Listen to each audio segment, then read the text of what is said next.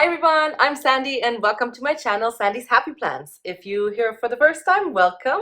And if you've been here before, welcome back. So today I wanted to talk about the things that I wish I knew before getting more seriously into houseplants and the things that I want you to know before you get more seriously into houseplants. So I've been keeping houseplants in one form or another since I was 6 years old when I got my first aloe vera for my birthday from my aunt. And that started my whole big love affair with plants. And so when I was little, I would have cacti and succulents. And then I gradually graduated to bigger plants like rubber trees and pothos, all the way up to the more finicky, harder to keep plants like the prayer plants and the like. So yes, so things I wish I would have known.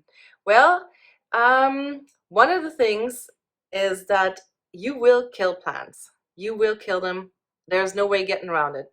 I have killed many plants. RIP. Um, so, people always say, oh, like people will tell me, I don't have a green thumb. Oh, and you have such a green thumb. Your plants are so beautiful. Oh, and I have a black thumb. I kill my plants. That's okay. You will kill plants. We all kill plants. All of the people that are making these videos on YouTube, all the people you see on blog posts or on Instagram or on websites, on the internet, they show you all their beautiful plants and they show you all their successes, but we usually don't show you our failures. And let me tell you, we all have them. We all kill plants and you will do it and you'll probably kill many of them. So don't be too discouraged. That's one thing that I wish I would have known, or one thing that you should know is that don't be intimidated. I know lots of people don't keep plants in the first place because they're intimidated and they don't want to kill them, but it's okay. It's after all, it's just a plant. I mean, I know we love them and we don't want to kill them, but after all, it is just a plant and you can get another one, and and it's okay. You will kill them once in a while. And sometimes it will be your fault, like you will get busy, you will forget to water them or you overwater them or something like that, but sometimes it isn't your fault. Like I cannot for the life of me keep spider plants or marantas alive. I just can't do it. They just die. And I don't know, everybody's always like, oh, spider plants are so easy and they grow these beautiful, lush, big spider plants, and in my house they just die. Same with marantas. Everybody has these beautiful marantas, which I'm so jealous of because I love them. But I just cannot keep them alive. I killed so many of them already, and I do everything right. I follow all the directions. I follow all the things that you're supposed to do with them, and they just end up dying in my house. So sometimes it isn't your fault. So don't be too hard on yourself. Like if at first you don't succeed, try again, and just don't be so hard on yourself. Another thing that I wish I would have known is how many houseplants are actually toxic to cats and dogs and animals and people. There's quite a few. So I wish I would have known that before introducing these plants to my house that could potentially kill or injure my cats, since we have cats. But there's also a lot of plants that are toxic to dogs and small children, all children, humans in general. Um, for instance, oleander. I've seen oleander sold in big box store garden centers and at sales, like yard sales and stuff. And oleander is very toxic. It's one leaf can kill a small child when ingested. So no warning labels on them. So do your research. A lot of plants are actually toxic. Same with like things you get for Easter, like hyacinth, tulips, lilies are all toxic to cats as well. So before you bring them home, do your research. And I wish I would have known this, and you should know this as well. So yeah, what I do, one of the things you can do is you can look online. So sometimes when I'm in a store, I see a plant and I'll be like, oh, this is such a nice plant. And then I'll Google it. I'll say, okay, is this toxic to cats? And there's actually a website I don't know what it's called now, but I'll find it and I'll link it in the description of my video. So you can click on there. And it's actually a website that lists all the toxic and non-toxic plants to like toxic to cats and dogs and humans. And it lists all the plants on there. So you can look it up before you buy it. So yeah, that's another thing that I wish I would have known. And granted, some houseplants, like some tropicals, are considered toxic, but there's varying degrees. So some of them might just cause mild discomfort in the mouth, some might cause swelling, but some are more toxic than others, and some of them actually can cause death. So you just want to do your research. And it doesn't necessarily mean that you can't get them. I have a lot of toxic plants in my house as well, but I'll put them in places where the cats can't get to them. So, you know, put them up on a high shelf that they can't jump on, or hang them in a basket, stuff like that. So yeah, I wish I would have known that before getting more seriously into this. Okay, another thing that I wish I would have known and that you should know is how much time it takes. It takes a lot of time to keep a lot of house plants. It depends. I mean, it depends how many plants you have. I have 120 plus around in my house, which is not a lot compared to other people. I know some people that have 500 plants or more. So I can't even imagine how much time that takes. But even for me, some days I'll be watering and fussing with them and rearranging them and pruning them and checking for pests, and before I know it, it's like 5 hours later. Before I know it, it's 8 o'clock at night, and all I've done today was water my plants, basically. That sounds crazy. But yeah, so I wish I would have known how much time it will actually take to take care of all these plants, and that it is quite a time commitment.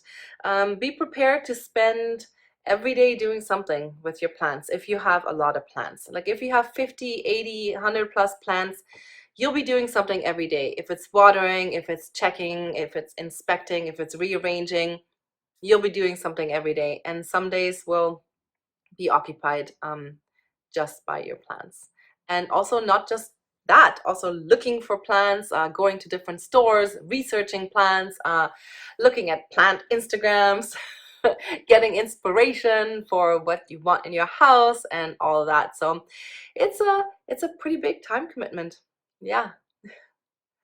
Okay, so another thing that I wish I would have known is how much room it takes up in your house. Oh my God. I am constantly looking for new spots to put a plant. Um, you know, I'm constantly rearranging my plants every week, every day sometimes, rearranging, trying to find a better spot, trying to clear up more room to put another plant, to sneak in another plant, you know, so my husband doesn't know. Just kidding, he's really supportive. But he does draw a line. If it were up to me, we would be living in a straight up jungle. There'll be plants everywhere. There probably wouldn't be any room to move around anymore. And it would just be a greenhouse in here. I would have grow lights everywhere. But yeah, so they do take up a lot of room, especially once you start getting into bigger plants and, you know, the more rare plants, and you know, like your monsteras and all those plants that get huge.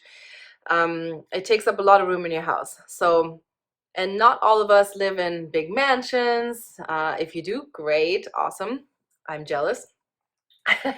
But most of us just live in regular houses or in apartments, and we might not have um, the room to put all these plants. So it is a constant challenge. That is definitely a challenge. That's something that you should know before getting more seriously into the houseplant hobby.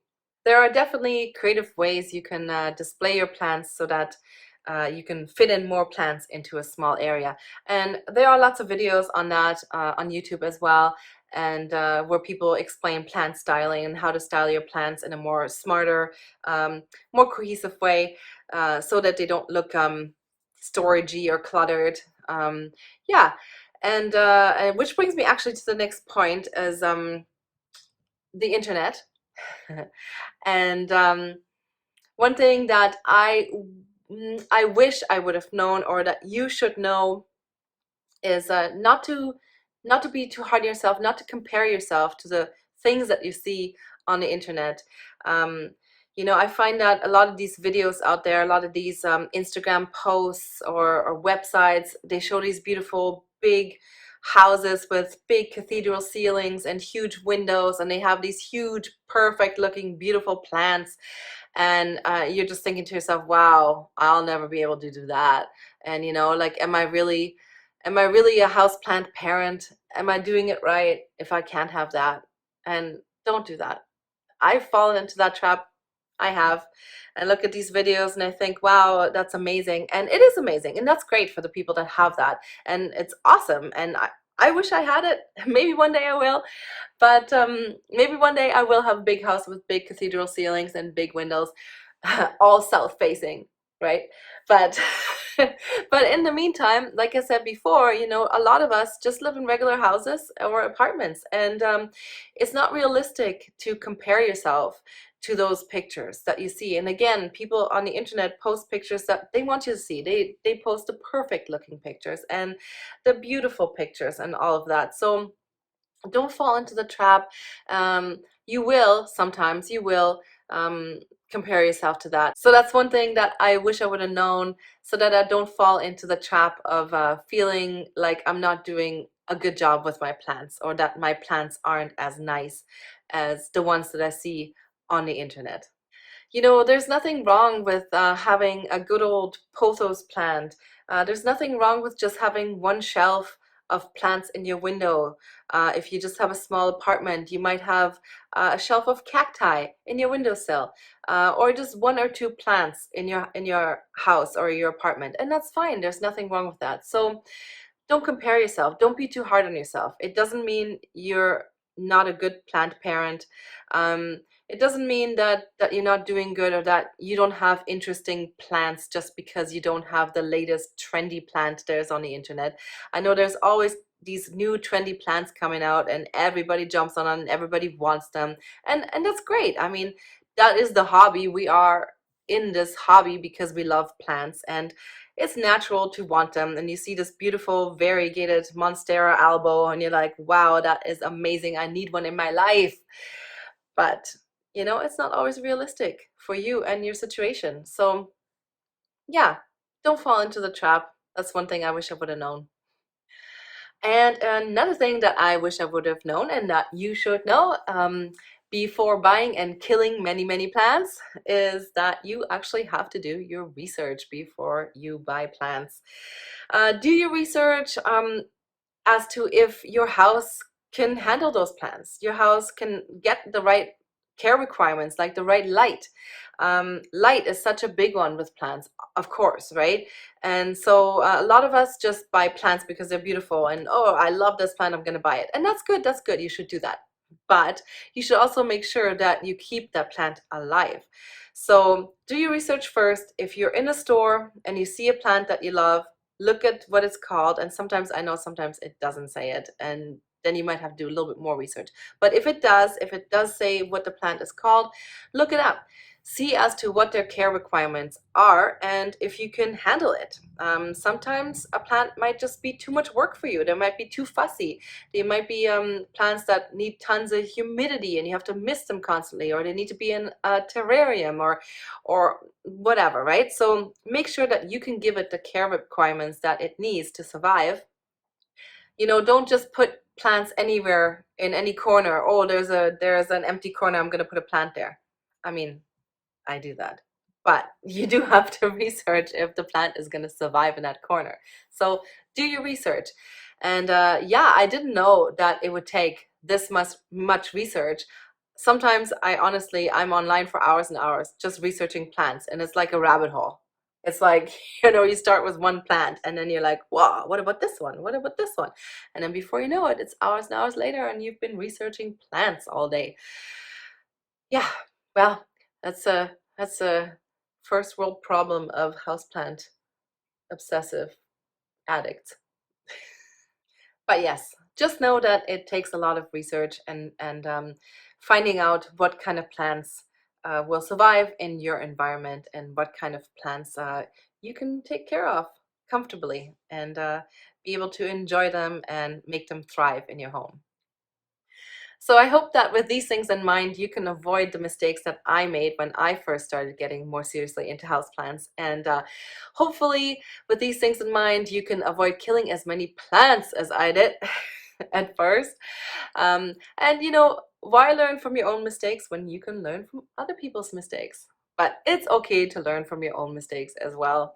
But hopefully this helped, and hopefully this makes your journey into full-fledged houseplant addict a little bit smoother.